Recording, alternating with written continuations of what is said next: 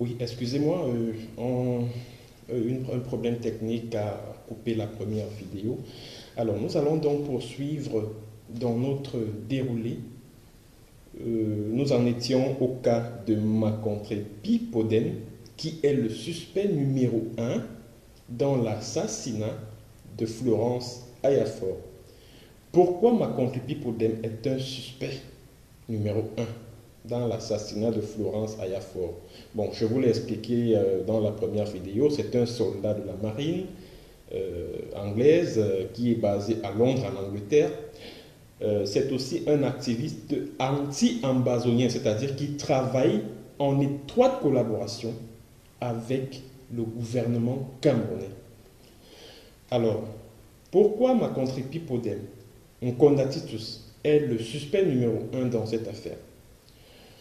Il est le suspect numéro un dans cette affaire parce que lorsque le crime est commis, nous sommes le 29 septembre 2019. Le 30 septembre 2019, c'est-à-dire quelques heures seulement après, Macontré Pipodem est le premier à diffuser la vidéo montrant cette dame mutilée, torturée, décapitée, etc., etc. Les deux vidéos, parce il s'agit d'une série de deux vidéos qui sont postées sur son site internet, le site contripipo.com, Kontripipo.com. Si vous cliquez, si vous entrez dans ce site, vous allez voir l'article, la publication du 30 septembre 2019. Vous allez voir ces deux vidéos qui sont là. C'est-à-dire, les auteurs du crime finissent leur sale besogne, ils prennent la peine de tout filmer et maintenant ils lui envoient la vidéo pour publication et il le fait seulement quelques heures après. Alors dites-moi si c'est possible que les séparatistes armés anglophones puissent commettre des bavures, ils prennent des photos, ils prennent des vidéos, mais maintenant au lieu d'envoyer ça à leurs activistes, à eux, ils envoient ça plutôt à l'adversaire. Vous trouvez que c'est logique ça? C'est vrai que Macontré Pipodem a essayé de se justifier parce que j'ai vu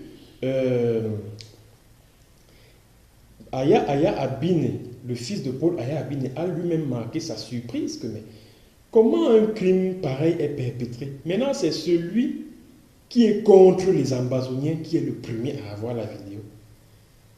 Il dit que Macontré Pipodem se justifie en condatitus en disant que non, que c'est dans le forum WhatsApp des ambazoniens que lui, il a infiltré, qu'il a eu la vidéo. Ok, admettons. Bon, maintenant, comment lui, Macontré Pipodem, comment lui, il sait? Il a reçu la vidéo d'un groupe WhatsApp des ambazoniens, admettons. Maintenant, comment lui, quelques heures seulement après la commission de l'acte criminel, il est au courant du nom de la victime, il est au courant des circonstances de son assassinat, c'est-à-dire elle revenait d'un deuil à Pénin, etc., etc. Il est même au courant du village dont la dame est originaire, à Wien. Il est au courant du mode opératoire de cette bande de voyous, violés, torturés, mutilés et égorgés. Vous lisez l'article là dans son site contre Pipodem, l'article du 30 septembre 2019. Il décrit le mode opératoire de cette bande de criminels, c'est-à-dire violés, torturés, mutilés, décapités. Il décrit dans le menu. C'est-à-dire quelques heures seulement après, il est le premier à recevoir les images. Il est le premier à les publier. Et il décrit exactement comment cette bande de voyous a opéré. Macontré Pipodem, Condatistus, a également, bon, bien entendu, il s'est empressé à accuser les séparatistes armés de l'avoir fait. Et en plus de ça, d'avoir tous ces détails-là, il a même le nom de l'un des assassins, Assoborogé. Dites-moi, vous trouvez que si Makontre Pipodem n'a pas un lien avec les groupes armés qui ont commis ce crime-là, alors comment il a fait pour avoir tous ces détails-là à l'heure près? À l'heure près, comment il fait pour avoir ces détails-là? Excusez-moi, comment il fait pour avoir ces détails-là? C'est la question que la Cour pénale internationale va devoir poser à ce bonhomme-là. Bon, maintenant, pourquoi il décide d'exposer Assoborogé? Il décide d'exposer Assoborogé, pourquoi? Parce que c'est lui que l'on remarque sur la vidéo et pas les autres. C'est lui, parce que quelqu'un a dû le remarquer comme étant le fils d'Assobopius, qui est le chef traditionnel de Menka, un village voisin du lieu où le crime a été commis. Alors, Makontre Pipo l'expose pour brouiller les pistes qui mènent vers le gouvernement camerounais, parce que les chefs traditionnels au Cameroun sont les auxiliaires de l'administration. Je ne sais pas si vous comprenez un peu. Alors, voilà donc en quoi Makontre Pipodem, un condatitus, est bigrement suspect dans cette affaire. Et je rappelle que Condatitus travaille en étroite collaboration avec le gouvernement camerounais. Parce que tout ce que Makontre Pipodem publie sur ces multiples plateformes virtuelles, le gouvernement camerounais récupère ça pour sa propagande. Souvenez-vous de Kawa Kaweanik, le chef bandit qu'on nous a présenté comme étant un ex-combattant et tout ça là. C'est Makontre Pipodem qui a commencé à exposer ce gars-là, à lui accorder des interviews, etc. Jusqu'à ce que la CIA TV aille vers lui pour l'interviewer, etc. Donc vous comprenez que c'est quelqu'un qui travaille en étroite collaboration avec le gouvernement camerounais. Je vous explique tout ça pour que vous puissiez comprendre.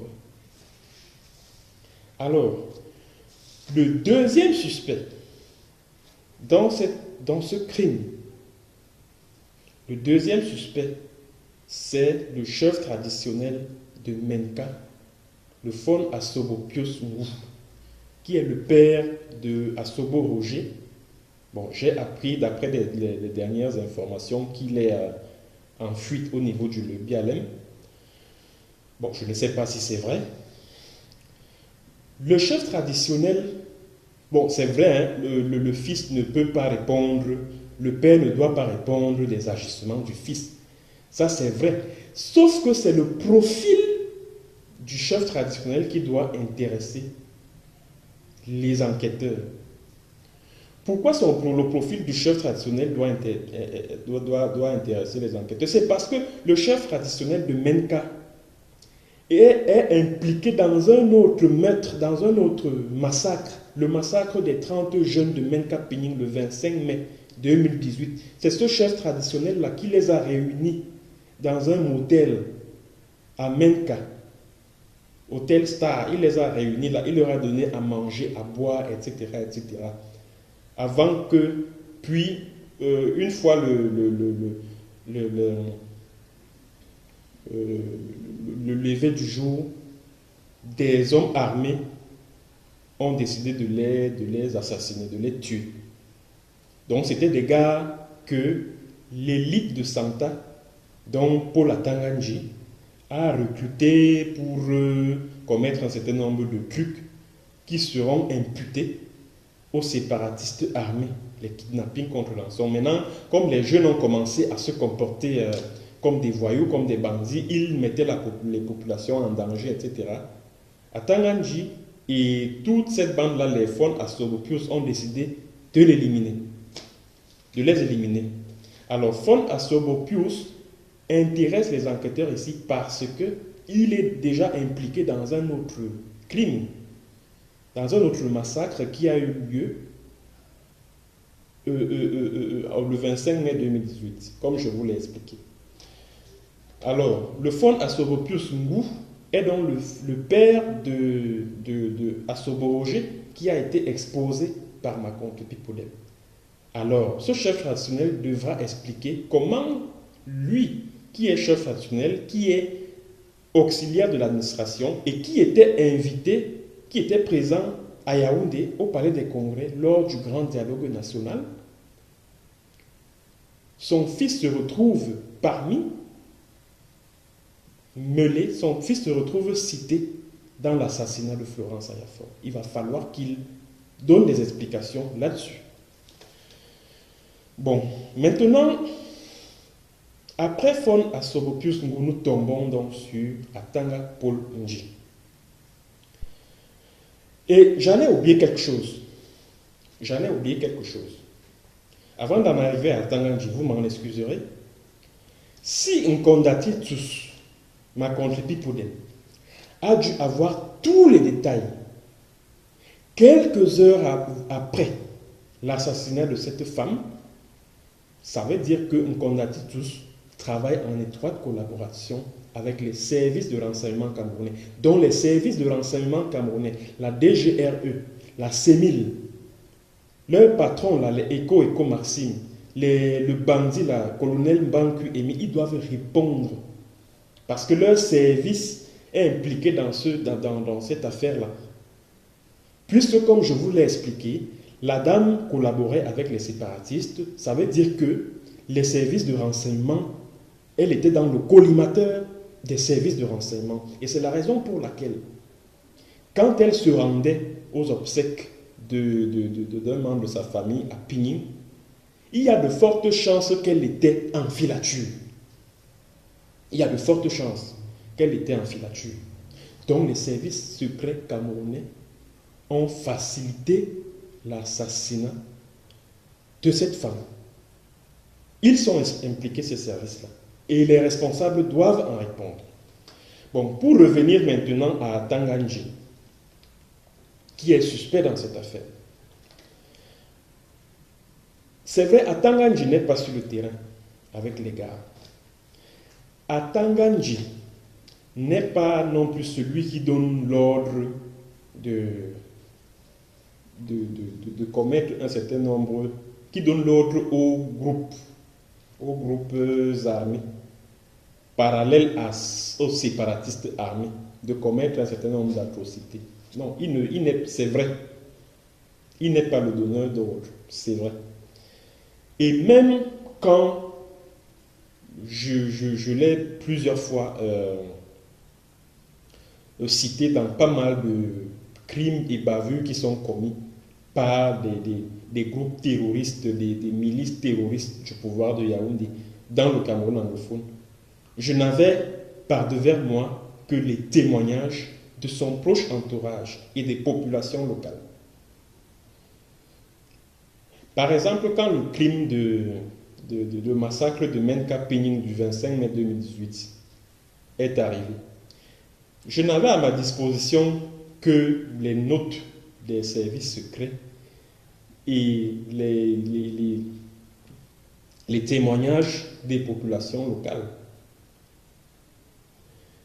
Bon, cette fois-ci, l'erreur que Atanga Nji a commise, c'est la lettre du 17 septembre 2019, c'est-à-dire au lendemain de la mise en circulation de la vidéo montrant une jeune fille atterrée vivante à Guzan. C'est ça qui rend Atanga Nji suspect dans cette affaire-ci. Pourquoi je le dis? Parce que cette lettre-là, que Atanga Nji, la correspondance qu'il adresse à Atanga Nji et qui est marquée du sceau urgent, ça veut dire que parce que c'est lui, ma contre-Pipodem et ses voyous qui sont sur le terrain, ils mettent en scène l'enterrement vivante de cette jeune fille qui, à la fin, quelques semaines plus tard, est réapparue au grand dialogue national à Yaoundé. Bon, ils mettent cela en scène. Ils mettent ça en scène, ils filment. Maintenant, ils envoient à Makontré Pipodem pour publication. Et une fois que Makontré Pipodem publie, Atanganji réagit urgemment parce que dans cette correspondance, il est bien marqué urgent. Il adresse la correspondance à l'Afrique, dans laquelle il demande à l'Afrique de faire tout pour attraper ceux qui ont enterré la jeune fille vivante, de les traduire en justice, de réserver une sépulture digne et des obsèques à la jeune fille, et surtout, de collaborer, de soutenir les actions des comités de vigilance. C'est ça, le plus important dans cette lettre, c'est les comités de vigilance. Alors, quand vous voyez cette synchronisation, Makontré Pipodem fait ses trucs, il publie, Atanganji réagit promptement, il envoie la correspondance à l'Afrique. Vous voyez tout de suite le triangle. Makontré Pipodem, Atanganji, Adolphe l'Afrique, le gouverneur du Nord-Ouest. La question, parce qu'il va falloir que Atanganji réponde du crime de Ayafor. Il va falloir qu'il réponde de ça. Pourquoi? Parce que, puisque Makontré Pipodem a été le premier à diffuser la vidéo montrant Florence Ayafor déchiquetée, déchirée, violée et tout ça, décapitée, ça veut dire que il y a de fortes chances que Makontré Pipodem, donc c'est cette correspondance-là qui établit le lien entre Atanganji et Makontré Pipodem. Et Atanganji va devoir expliquer pourquoi, selon la correspondance du 17 septembre, les obsèques n'ont pas eu lieu, les obsèques de cette fille, la sépulture et tout. Pourquoi les responsables de l'enterrement vivant de cette fille n'ont pas été poursuivis, comme il l'a dit dans la lettre adressée à Adolphe l'Afrique. Et plus important, Atanganji va devoir expliquer qui sont ces comités de vigilance que les Camerounais n'ont jamais vus, quel est leur mode opératoire, quels sont les financements dont ils bénéficient, à hauteur de combien, quels sont leurs faits d'armes, qui sont-ils, en quoi consiste leur travail. Atanganji va devoir expliquer cela devant la Cour pénale internationale. Il va devoir dire, est-ce que ce ne sont pas ces comités de vigilance-là qui ont commis le crime, qui ont assassiné, égorgé Florence Ayafor? Atanganji va devoir expliquer ça au monde entier, aux Camerounais, devant la Cour pénale internationale. Il va devoir expliquer quel est le rôle de ces comités de vigilance-là, qu'on nous les présente. Si ce ne sont pas, ce n'est pas la milice d'Atanganji, si ce n'est pas de sa milice dont il parle, alors il s'agit de quel comité de vigilance? Il va falloir qu'Atanganji s'explique. Il va falloir qu'il explique la relation, le type de collaboration avec Makontré Pipodem.